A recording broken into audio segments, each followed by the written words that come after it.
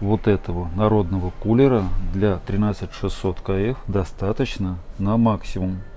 Изменяю Power Limit в BIOS материнской платы, свист при нагрузке на память. Потребляем и Throttling. В играх процессор потребляет намного меньше, чем потребители думают. Доброго вам здравия, доброго вам краба. Сегодня беглый разбор эффективности охлаждения, популярными системы охлаждения воздуха от Deepcool, вода от Big White на новых процессорах Raptor Lake от Intel 13 поколения. Будет Core i5 и Core i9. Передумал насчет коротко, видео будет 4 примера, 3 сборки с процессором 13900K, радиатор SVO 360 мм и одна сборка на воздушном охлаждении Core i5 13600KF, компьютер клиента Николаев, подарок сыну под Новый год, процессор 13900K, материнская плата компромисс Mac 690 торпеда, реальный компромисс, формула VRM 16+1+1, хватает полностью для 13900K, вода SGO 360, обновленный ID Cooling 360 XT Zoomflow, именно XT. Предыдущая модель 360 снята с производства, здесь обновленный ватерблок и светится помпа интересным. Память G-Skill Trident Z 2 по 16 5600, да, бюджет ограничен, поэтому 5600, не 6000, не 6400, а 5600, и в итоге. Другие примеры будут с памятью Kingston Renegade 6000, отличие в производительности можно увидеть в синтетике. WinRAR, тест производительности с 6000 памятью у нас по бичмарку 56 тысяч попугаев, с 5600 54. Это колоссальный разрыв, это все, это фиаско, надо брать только 6000-ную. Вы эти слова слышите или вам кажется это смешным? Разница несущественная. В игровой дисциплине разрыв вообще минимальный. Смотрим, как может охладить новая вода от ID Cooling HEAT 13900K. Сейчас в BIOS материнской платы выставлен Power Limit 288 Вт. У 13900K паспортный Power Limit 253 Ватта. 253. Мы же выставляем сейчас больше. Для чего? Чтобы производительность можно было получить выше. И посмотрим, что сможет сделать у нас с охлаждением эта система. WinRAR. Нагрузка сейчас идет на все ядра, все потоки. Потребляет 155 Вт процессор. Ядра P разогрелись до 70 градусов. Вот эта нагрузка будет равносильно игровой нагрузке. И в игровой нагрузке с таким Power лимитом 288 Вт данное SVO справляется полностью на материнской плате MCI. Еще раз, вот они 70 градусов, потребление 155-160 Вт, нагрузка WinRAR. Ну а теперь будем смотреть нагрузку уже кроме игровой и по рендеру на процессоре. Рендер начался.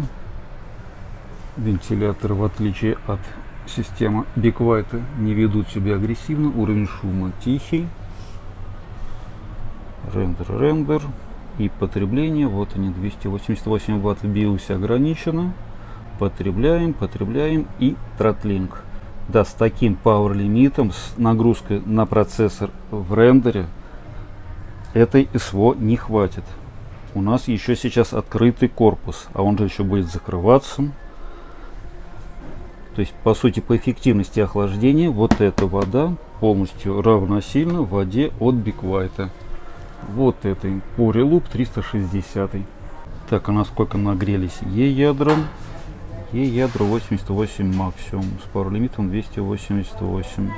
В этой сборке не используется прижимная корректирующая рамка. Эта рамка, в отличие от функции еще коррекции, пару градусов скидывает, да, где-то 1-2 градуса может скинуть. Это не важно, но все-таки на разницу в температуре это чуть-чуть будет сказываться. В этой сборке паста используется IMX5 от Arctica. Изменяю Power Limit в BIOS материнской платы MCI. Был выставлен 288 Вт, ставим родной 253 Вт, то что Intel для этого процессора и предусмотрела. 253 Вт стоит, сохраняемся, перезагружаемся. Идет тестирование процессора уже с подрезанными крыльями по потреблению. Power Limit 253 Вт. WinRAR. Производительность та же самая, потери отсутствует. А потребление было 160 Вт, стало 130 Вт. по температуре. Ну и что, снизилась температура. Так, а теперь будем делать главное. Теперь Cinebench, рендер на процессоре. Ух ты, вообще ограничен. Сильно его мать зажала, материнская плата. Так, и чего? Насколько сильные потери производительности? Ну, скажем, для рендера потери есть, в игровой дисциплине потери отсутствует. Так, а по температуре в такой нагрузке, вот они, 81 градус. То есть у нас с power лимитом 288 Вт на этой SGO процессор 13900K уходил в тротлинг при рендере на процессоре. И по факту для рабочей станции, для графической станции с этим процессором эта вода несовместима, если только power limit не редактировать.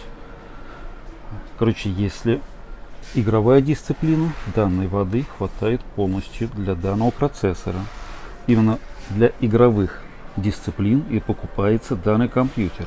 Да, это, к сожалению, страшный момент. Целевая аудитория у меня это геймеры. Раньше были дизайнеры, сейчас очень часто геймеры. Это папа покупает сыну не для развития, а для деструкции. Ну ладно. Так, за сборку пришли. Какой power лимит я оставлю? Да, наверное, второй 288 Вт. В игровой нагрузке потребитель никогда не дойдет до того, чтобы процессор тротлил. А рендерить не будут. К сожалению, компьютер берется только под игры, а в играх процессор потребляет намного меньше, чем потребители думают. И по факту вот такого монструозного охлаждения воды 360 можно и не ставить, можно и воздух поставить.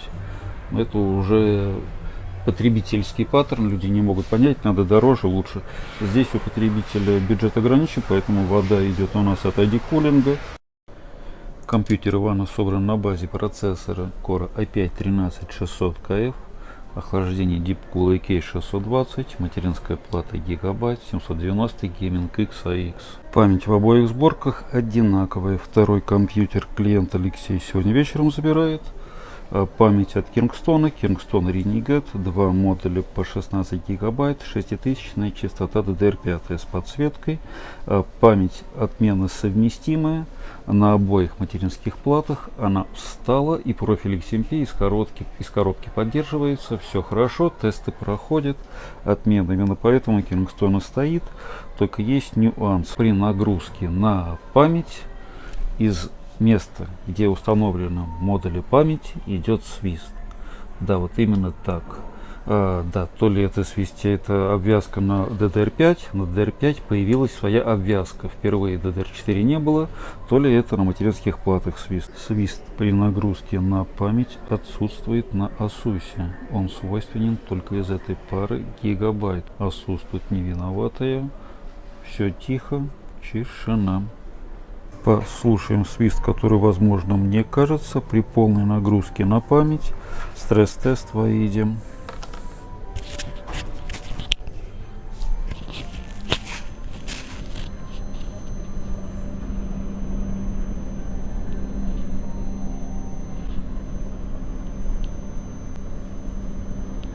Как только нагрузку на память прекратить давать, свист прекращается. То есть причинно-следственную цепочку, наверное, можно связать с тем, что свистит у нас вот из этого места при нагрузке на память что-то все связанное с памятью. Или сама память, ее обвязка, или силовая часть по материнской плате.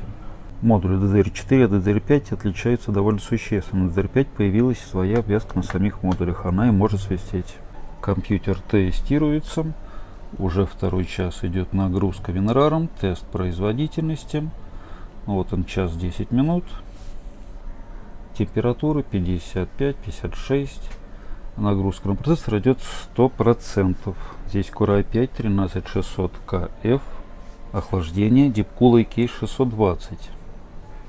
Именно такая нагрузка, которую сейчас дает WinRAR, будет в игровых приложениях. Выше она не будет. Но не раскочегаривают игровые приложения просто свыше. Сейчас потребление идет, вот они, 100 Вт. До пиковых 180 в играх он не дойдет. Сейчас двухсекционник Deepcool охлаждает проц, и он холодный. 13600KF. Стресс-нагрузку на Core i5 13600KF буду давать Cinebench. Это PitchMark. старый эффективный, все может, все нагружает. 180 Вт максимум, что будет выдавать в этом бенчмарке. И температуру нашего процессора. Это второй прогон подряд идет. 80 градусов, до тротлинка, до 100 градусов еще далеко. То есть простой вывод. Вот этого народного кулера для 13600 КФ достаточно на максимум. Здесь у нас свистит видеокарта. Вот так этот звук проходит.